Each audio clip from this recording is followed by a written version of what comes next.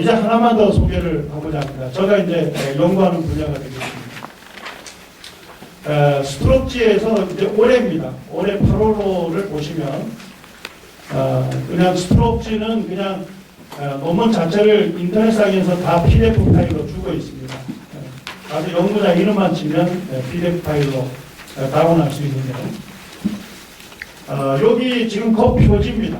그 표지에 무슨 제목으로 붙었냐면 뇌졸중 환자분의 모터 시스템을 모듈레이션하는 거, 모터 시스템을 수정하는 거, 변화시키는 거, 뭐만으로도 가능하다는 거예요. 네, 동작 관찰만으로도 가능하다. 네. 그러니까 액션 옵저베이션만으로도 뇌졸중 환자분의 모터 시스템을 변화시킬 수 있다. 그것이 이제 스트로크 그 후에 커버 이미지로 나온 거예요.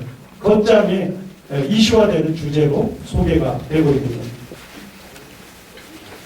이 논문에서 내린 지금 제공하고 있는 연구 결과가 되겠는데요. 지금 이제 청색으로 보이는 것은 뇌졸중 환자분이 동작을 관찰할 때 활성이 되는 부위가 되겠습니다. 그 다음에 이제 붉은색으로 보이는 것은 일반인들이 동작을 관찰할 때입니다. 그 다음에 일단은 두 분 모두가 다 활성되는 부위는 무슨 색깔입니까 이게? 주홍색이라야 합니까? 예, 핑크색? 예, 뭐 하여튼 이와 같은 색깔을 띠고 있습니다. 자, 일단은 우리가 놀라운 것은 뭐냐면 다른 사람이 동작을 수행하는 걸 관찰만 했을 때 활성되는 부위를 보시죠. 여기에 보면 일자 운동 거질이나 프리모터 콜텍스가 활성이 되죠. 모터 콜텍스가 활성이 되는 거예요. 그 다음에 뭐예요? 파리에탈 로브 부분에서 활성이 되죠. 그 다음에 관찰을 하니까 당연히 옥시피탈 로브는 활성이 되겠죠. 네. 타인이 동작을 수행하는 걸 관찰만 했는데도 일반인뿐만 아니라 뇌졸중 환자분들도 거의 동일하게 보는 것만으로도 활성이 된다. 제가 이제 예전에 그 미러 유론을 처음 그 논문에 접하면서 굉장히 참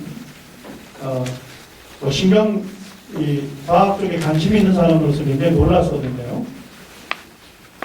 여기에 보니까 이제 그 리촐라티라는 그 거울신경세포를 처음 발견해서 보고한 사람이 되겠습니다.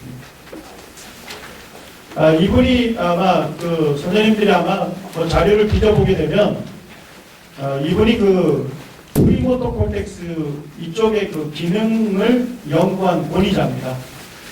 그래서 캔달이라는 사람이 쓴 그 신경과학 원리에도 보게 되면 뭐 볼런터리 무브먼트라는 이런 움직임에 대한 챕터는 이 사람이 주저자입니다. 네. 이분이 이제 프리모터 콜텍스의 그 원숭이의 프리모터 콜텍스에 전극을 삽입해가지고 리칭을 할 때 어떤 먹이로 이 뻗기를 할 때 이 유런이 어떻게 작동이 되는지를 연구하고 있었어요.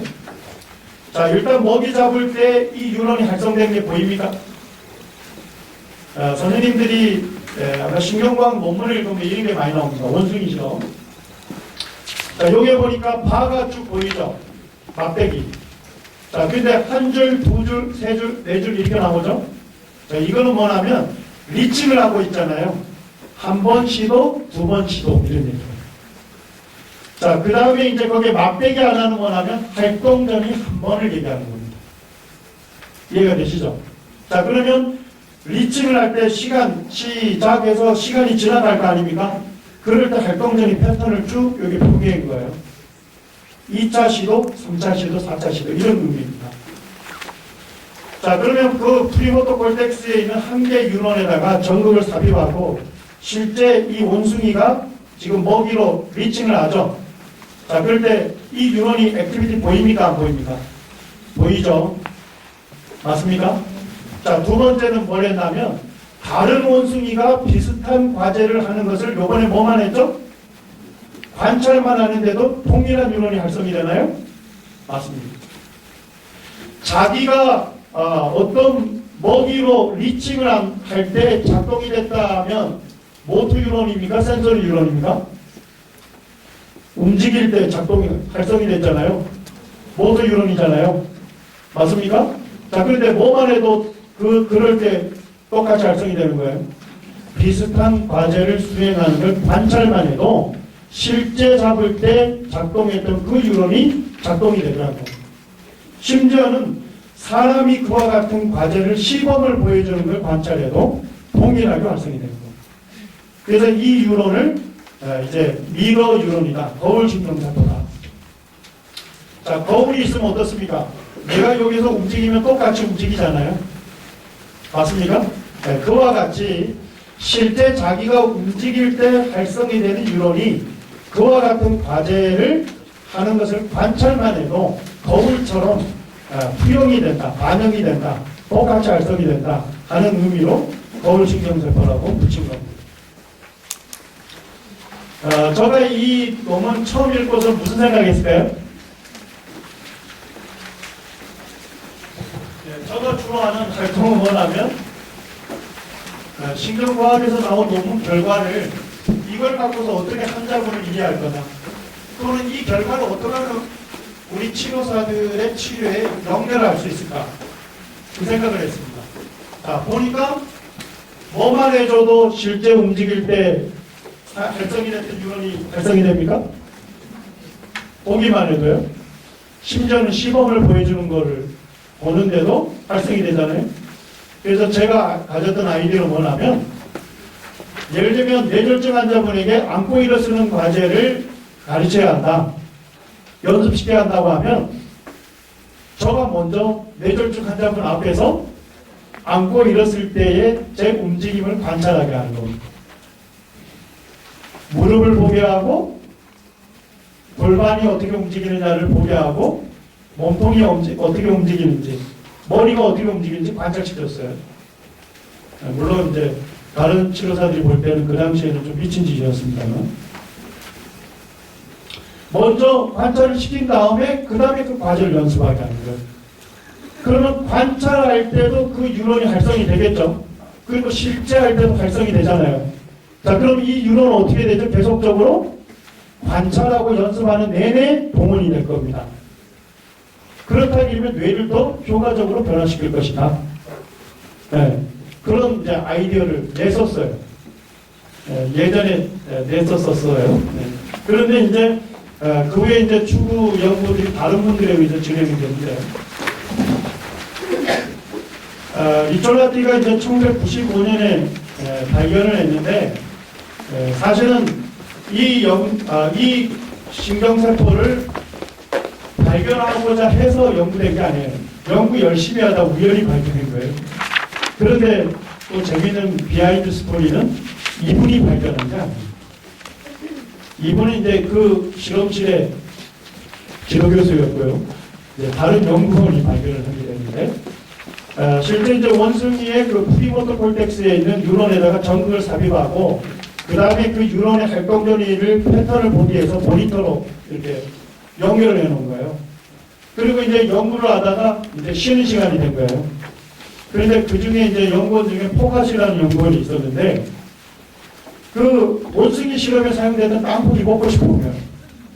그래가지고 이제 원숭이가 보는 앞에서 그 땅콩을 집으러 간 거죠.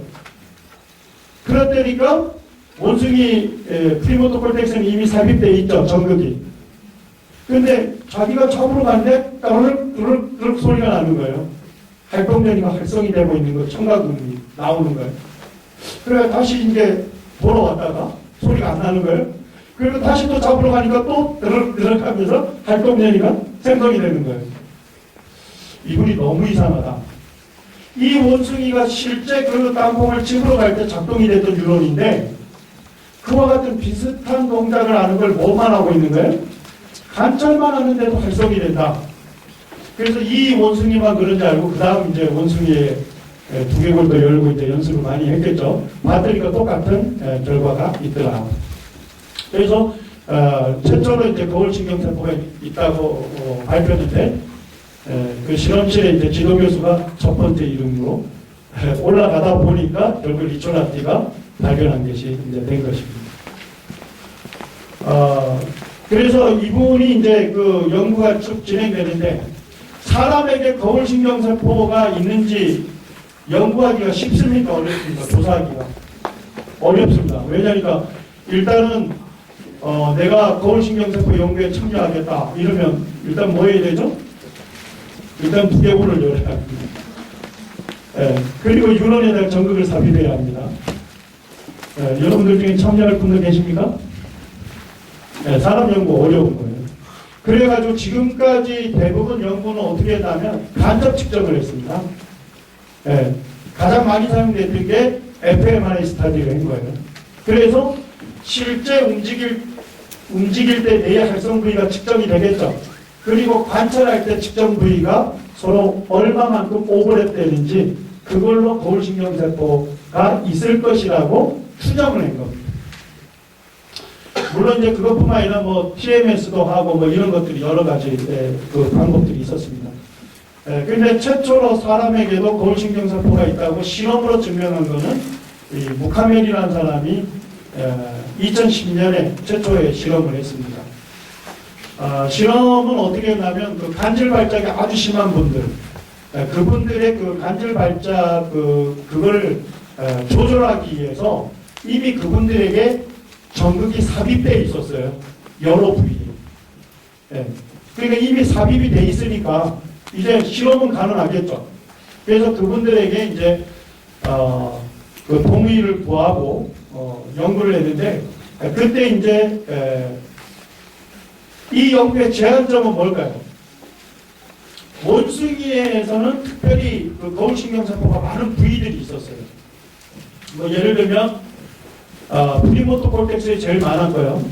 그 다음에 이제 포스테리어 파리에탈 콜텍스, 파리에탈 로베도 있고, 그 다음에 슈페리어 템포랄 설쿠스 주변, 템포랄 로베도 있어요.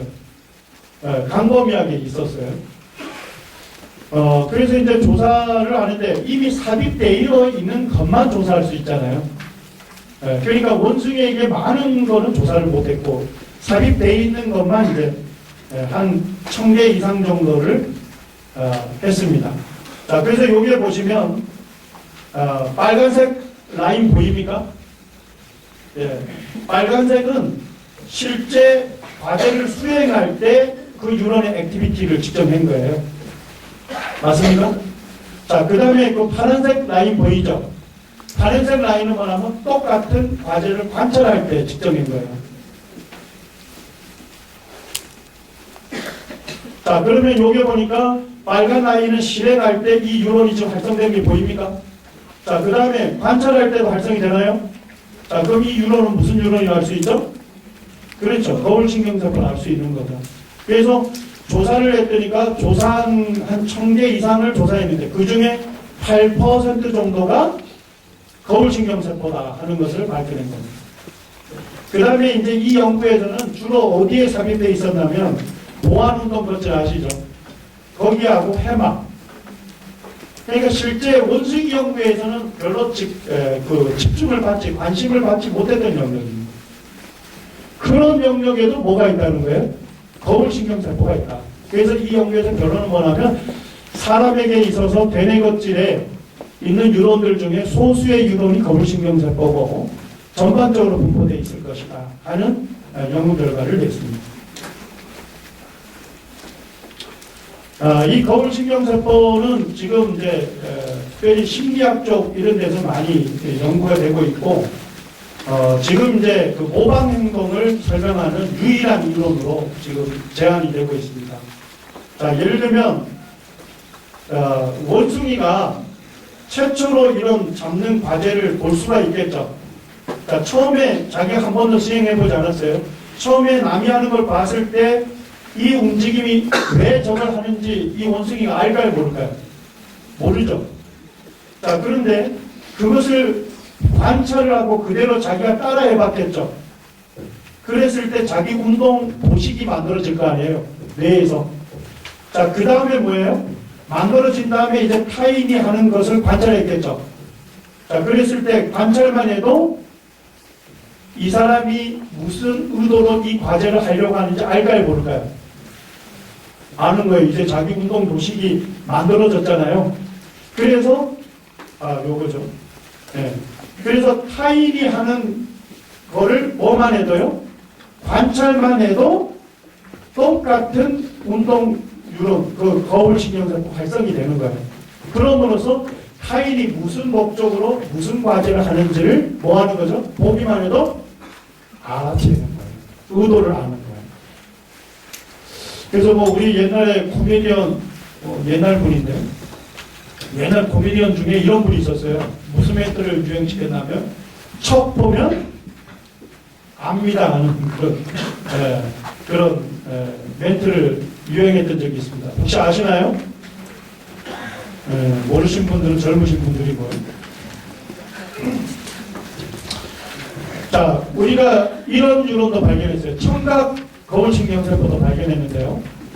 이런 겁니다. 자, 예를 들면 선생님들 오기 전에 아이들 운동장을 지나왔다 생각하시죠. 근데 운동장에 보니까 아이들이 야구를 하려고 하는 거예요. 그리고 이제 강의실 지금 들어왔어요. 들어왔는데 보니까 강의를 앉아 듣고 있는데 뭐가 딱 소리가 나더니만 애들이 그냥 와 하고 환호를 지르는 거예요. 여러분들은 지금 보지 않았지만 뭐가 일어난지 알고 있죠? 야, 누가 한 방 제대로 때린가 보다. 이해가 됐습니까? 네. 소리만 들어도 무슨 일이 벌어지는지 알죠. 이게 이제 청각 거울신경세포예요.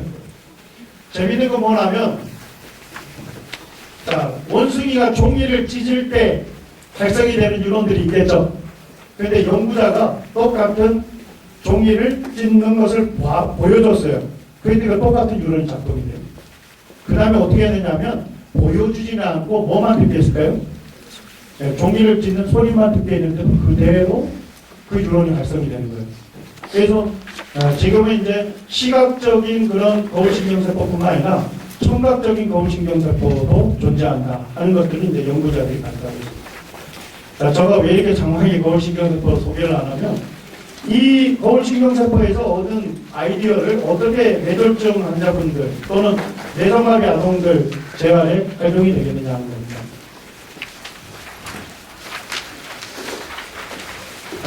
일단은 이제 저가 한번 해봐야 되겠다 생각은 언제 갖게 됐냐면요. 2010년에 거울신경세포를 소개하면서 이제 저가 관심 있는 연구자 중에 신경계 피트로 유명한 분이 윈스테인이라는 분이 있습니다.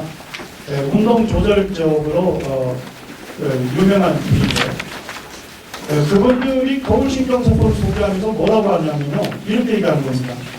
거울신경세포에 기초한 그와 같은 운동 모방이라든지 운동 상상이라든지 운동 관찰을 뇌졸중 환자 재활에 활용하면 좋겠다. 네. 그런다 그러면 뇌졸중 환자분들의 그 운동 시스템을 효과적으로 동원을 하기 때문에 결국 뇌를 변화시킬 수 있을 거고 수행 능력을 좋아지게 할 것이다. 이분들이 실험을 하지는 않았고 그와 같은 제안을 했습니다. 뇌졸중 재활 쪽에서 이와 같은 아이디어를 해보면 어떻겠습니까? 그러니까 결국 뭐 하는 겁니까? 자, 과제 연습 자체가 효과적이라고 지금 아까 얘기했죠. 그럼 과제를 연습하기 전에 먼저 뭐부터 하라고요? 과제 관찰부터 하라는 거예요. 과제 관찰을 병행하고 그 다음에 관찰한 것을 연습하게 되면 모tor 시스템을 더 많이 동원하기 때문에 더 효과적으로 뇌를 변화시킬 수 있을 것이다. 이런 아이디어를 이분들이 내주더라고요. 우리가 기타를 배울 때도 똑같죠. 기타를 잘 치는 사람의 시범을 보이는 걸 뭐 하죠? 관찰하죠. 맞습니까? 자, 그 다음에 본 다음에 내가 실제 실행하겠죠. 실행을 하면 관찰한 다음에 실행해야 할 내용이 어떻게, 뭐가 가능해야 되죠? 상상이 가능해야 되죠. 그 다음에 실행하게 되는 겁니다. 그러니까 관찰을 한 것을 실행하게 될 때 이와 같은 세 가지의 과정이 진행이 된다는 겁니다. 이거는 치료 시행에 우리 지금 치료실 환경에서 시행하기가 굉장히 수월한 겁니다. 자, 여기서 보니까 먼저 자기가 수행해야 할 과제를 지금 컴퓨터 모니터로 보고 있습니까? 자, 관찰하고 있는 동안에 지금 거울신경세포가 활성이 될 거예요. 모tor 시스템이 동원이 됩니다. 자, 그 다음에 관찰한 걸 어떻게 하죠? 연습을 하죠. 연습하는 내내 동원이 되는 겁니다. 이런 방식이 되겠습니다. 이쪽 연구의 최초의 논문이 2007년에 나왔는데요. 그때 이제 엘탈트라는 분이 처음 연구가 됐습니다. 두 집단 연구예요. 하나는 뭐냐면 과제 자체를 연습하는 거예요. 실제 한측의 신체를 갖고서 과제 연습하는 중입니다. 자, 근데 한쪽 집단은 뭐만 더 추가했죠? 과제 연습하기 전에 관찰하고 관찰한 걸 연습시킨 거예요. 자, 그리고 이제 4주간 훈련했습니다. 그 다음에 이제 전후에 측정하고 8주 뒤에 재측정만 했습니다. 팔로우를 했습니다. 프랜차이 암 테스트를 했는데 상지 기능 검사를 했는데 변화 있습니까? 과제 연습하는 것이 효과가 있다고 했습니다만 30분 연습만으로는 4주 동안 변화가 없었어요. 쉽게 얘기하면. 이해가 되셨죠? 그런데 동작 관찰을 병행한 연습을 했을 때는 어떻습니까? 상지의 기능이 좋아졌다 하는 걸 보여주고 있습니다. 울프 모터 펑션 테스트에서 시간을 측정했습니다. 과제 자체만 연습한 분에는 변화가 있습니까? 4주 동안 변화가 없습니다. 그런데 과제 관찰을 병행했을 때는 더 빠르게 수행했다는 걸 보여주고 있습니다. 스트로크 임팩트 스케일에서 기능적인 여러 가지 점수를 계산했는데요. 4주간 과제 연습 자체만 한 경우는 큰 변화가 없었습니다. 자, 그렇지만은 과제 관찰을 병행했을 때는 어떻죠? 좋아졌다는 걸 보여줍니다. 그 다음에 이제 이분들이 과제를 관찰을 병행했을 때 어느 뇌의 부분에서 플라스틱 체인지가 있느냐 하는 것을 측정을 했는데요. 자, 보니까 어느 부위의 활성이 증가됐나요? 지금 SMA 쪽의 활성이 증가된 게 보이죠? 그 다음에 어디가 많이 활성이 됐죠? 프리모터 콜텍스입니다. 프리모터 콜텍스는 실험을 통해서 거울신경세포가 제일 많이 존재하는 영역입니다. 이렇게 보고 있는데 관찰을 병행했을 때 이런 부위에서 움직임과 관련된 부위에서 지금 활성이 증가됐다 하는 것을 보여주고 있습니다. 저는 이제 처음 연구를 2010년에 처음 해봤습니다. 그때 이제 10명의 그 만성 뇌졸중 환자 대상으로 연구를 했는데요. 세 가지 조건으로 했습니다. 하나는 휴식시 조건, 두 번째는 동작 관찰을 병행해서 관찰하고 관찰한 걸 연습하는 조건이 있었습니다. 그 다음에 이제 한 조건은 과제 자체만 연습을 시켰습니다. 그리고 이제 TMS로 자극해가지고 모터 이버크트 포텐셜을 측정한 거예요. 쉽게 말씀드리면 여기 손이 있죠. 손에 있는 근육에다 EMG 장구 붙여놓고 1차 운동 껍질에다가 마그네틱 스티뮬레이션을 한 거예요. 인위적으로 활성을 시켰습니다. 그리고 이제 EMG 액티비티를 측정한 거죠. 이걸 이제 운동 유발전이라고 하는데 그게 뭘 의미하나 하면 대뇌 껍질에서 활성이 되는 CM 뉴런 있죠. 아까 최초 제가 설명했던 CM 뉴런의 흥분성을 측정하는 방식이 되겠습니다. 그래서 여기 보니까 세 가지 조건 중에서 어디가 MEP가 제일 증가됐습니까? AOPT라고 되어 있죠? 액션 옵저베이션. 과제 관찰을 병행하고 연습한 조건에서 MEP가 가장 증가됐다 하는 것을 보여줬어요.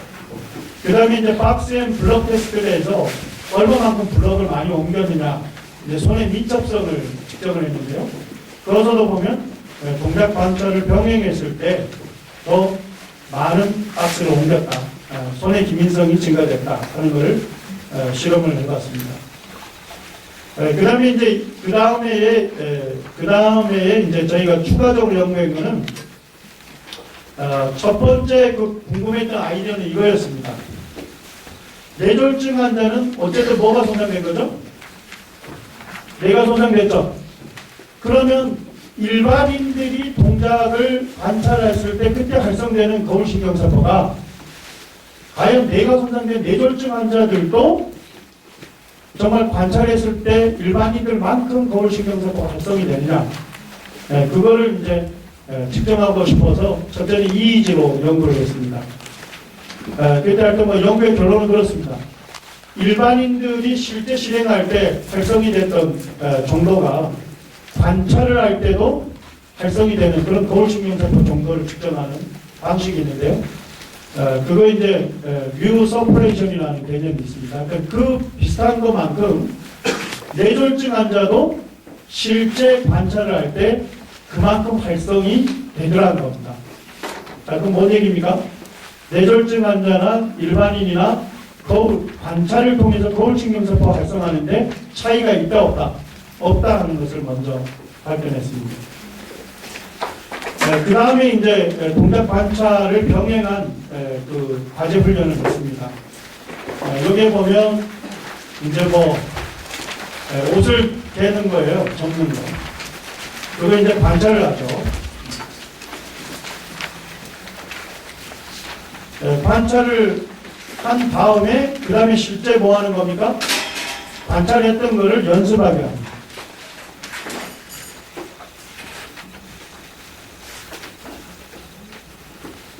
이분이 할 땐 개는 거 보니까 저보다 더 잘 개는 것 같아요.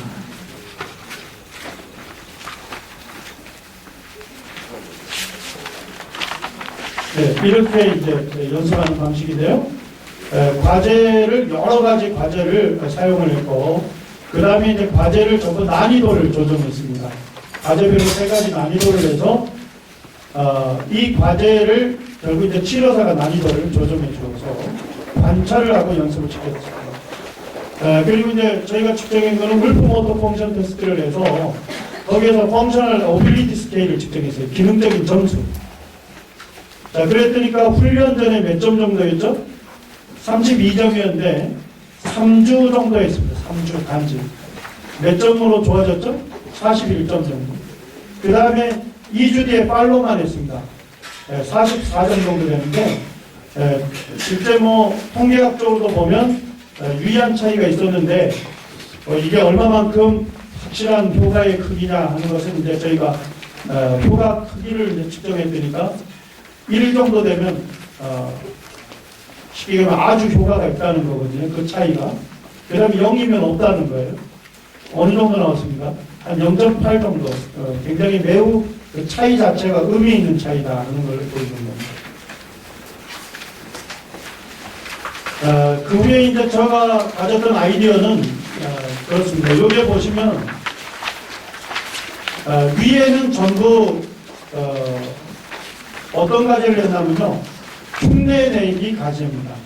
쉽게 하면 예를 들면 사과를 먹는 걸 관찰을 하는데 실제 사과가 없는데 뭐 하고 있다고 생각하고요? 사과가 있는 것처럼 씹는 걸 보여주는 거예요. 이해가 되시죠? 네, 씹는 것처럼 보여주는 그 동영상을 관찰하게 했을 때 관찰자의 뇌가 어느 부위가 활성이 되느냐를 저가 연구한 건 아니고 부시노라는 사람이 연구했습니다. 그 다음에 이제 두 번째 동영상은 뭐냐면 실제로 사과를 씹는 거, 실제 과제를 하는 그 동영상을 보여준 거예요. 그런데 그때 이제 입 동작뿐만 아니라 손 동작, 뭐도 했죠? 발 동작도 있습니다. 예를 들면 공이 없는데 공이 있는 것처럼 차는 걸 보여줬을 때하고 실제 공을 차는 걸 관찰했을 때, 그 다음에 브레이크가 없는데 있다고 여기고 브레이크를 밟는 동작을 보여줬을 때하고 실제 브레이크를 밟는 거를 보여줬을 때, 자, 위에는 흉내내기입니다. 아래쪽은 실제 동영상입니다. 차이점 있나요? 어디가 더 활성됐습니까? 네, 실제 동영상을 관찰했을 때 더 많은 활성을 보였습니다. 그 다음에 이제 제가 가졌던 아이디어는 이분이 뭐라고 소개까지 했냐면 거울신경세포가 존재하는데 입 동작과 관련된 거울신경세포 투사 영역이 있고 손 동작과 관련된 거울신경세포 투사 영역이 있고 심지어는 뭐도 있다는 거예요? 발 동작과 관련된 거울신경세포 투사 영역이 있다는 겁니다. 그래서 제가 PT니까 자연스럽게 뭐 생각했을까요? 발과 관련된 과제를 수행했을 때도 그걸 관찰했을 때도 뭐가 활성이 될 수 있는 겁니까? 발과 관련된 거울신경사건 투사 역량을 활성화할 수 있다는 겁니다. 그래서 처음으로 한번 보행 쪽을 한번 해본 겁니다. 그래서 이제 보행 자체만 연습한 집단이 되겠습니다. 그 다음에 하나는 뭘 더 추가했죠? 보행 동영상을 찍고 보행하는 동영상을 관찰한 다음에 연습을 했습니다. 자, 그러면 연습 자체는 똑같을까요? 다를까요? 보행 연습 자체는 똑같은 거예요. 단지 이 집단은 뭐만 더 추가한 거예요? 병행인 거예요. 그렇습니다. 보행하는 동영상을 먼저 보고 그 다음에 연습한 거. 4주 정도 측정을 했고 2주 뒤에 팔로우를 했습니다. 이런 다양한 보행 과제가 되겠습니다. 그래서 보행에 대한 카이네매틱한 거, 움직임에 대한 것도 동영상으로 찍고, 그래서 전면에서 찍고 후면에서 찍고 옆면에서 찍고, 속도를 빠르게 하기도 하고 느리게 한 것 보여주고, 이런 다양하게 동영상을 편집을 했고요. 실내에서 하는 거, 뭐 장애물 피하기, 그 다음에 이제 잔디밭에서 걷는 거, 그 다음에 오르막길, 그 다음에 이제 좁은 공간에서 옆으로 걷는 거, 이런 다양한 과제를 관찰하고 연습시켰습니다. 자, 차이가 있습니까? 10m 걷는 동안 얼마나 빠르게 걷느냐를 측정했습니다. 보행 자체를 하루에 30분씩 해서 4주 동안 했을 때 큰 변화 없었죠. 그렇지만은 관찰을 병행했을 때는 어떻습니까? 차이가 있더라는 겁니다. 더 빠르게 걸었다. 그 다음에 이제 그 다이나믹 게이트 인덱스에서 보행의 기능적인 점수에서도 보면 보행하는 것을 관찰을 병행했을 때 더 점수가 증가된 걸 볼 수가 있습니다. 그래서 제가 지금까지 내용 발표한 내용들을 리뷰를 하면요, 뭐 없이는 수행 능력이 좋아지지 않습니까? 연습 없이는 불가능합니다. 선생님들이 과제 연습 시간 자체를 늘려야 합니다. 그 다음에 과제 연습을 반복하는 것은 굉장히 중요하지만 반복만으로는 충분하지 않다는 겁니다. 뭐 하는 겁니까? 정말 환자분이 습득하고자 하는 의미 있는 과제, 또는 아직 수행하지 못하지만 복잡한 과제, 그것을 습득할 수 있도록 치료를 구성하는 겁니다. 그 다음에 과제 자체를 연습하는 게 효과적이지만 더 효과적으로 하려면 과제 연습하기 전에 뭐를 병행하는 겁니까? 과제 자체를 관찰을 병행하게 되면 더 효과적으로 이 과제 수행 능력을 좋아지게 할 수 있다 하는 내용이 되겠습니다. 제가 시간을 휴식 시간 없이 지금 진행을 했습니다. 저도 10월까지 가야 하거든요. 지금 5시까지 저렇게 해야 하는데 시간은 내용은 모르겠습니다만 시간 자체는 훌륭하게 끝낸 것 같습니다. 9분 전에 제가 끝냈고요. 하여튼 보너스 치료법하고는 좀 약간 다른 관점입니다만 한번 생각해 볼 수 있는 주제를 선생님들하고 한번 나누었다 이렇게 생각하시면 좋겠습니다. 혹시 질문이 있으신 분들은 제 이메일을 거기 적혀 있으니까요. 이메일을 보내시면 제가 꼭 답변을 해드립니다. 그래서 이메일로 질문을 주셨으면 좋겠습니다. 수고들 하셨습니다.